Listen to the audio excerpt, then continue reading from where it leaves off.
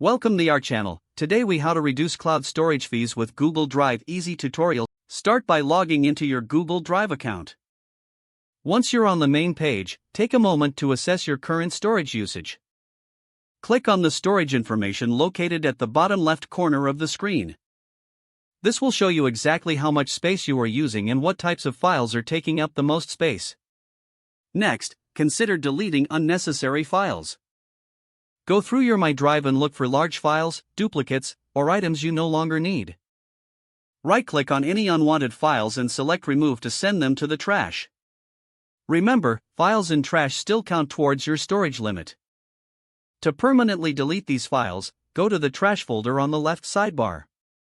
Once in trash, click on Empty Trash to free up that space. Now, let's explore your Google Photos if you use it alongside Google Drive.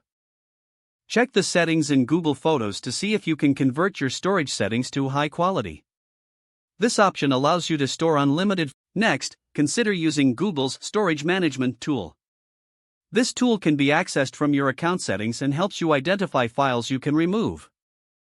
After cleaning up files, you can also optimize your files for storage.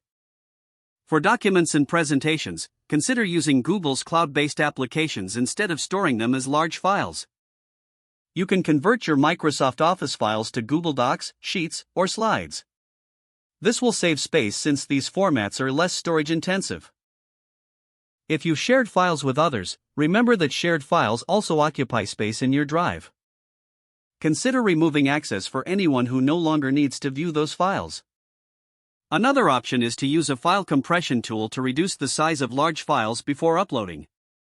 If these steps still don't provide enough storage savings, consider purchasing additional Google Drive storage.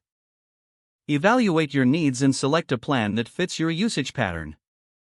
After making these adjustments, revisit the storage information to see how much space you've freed up.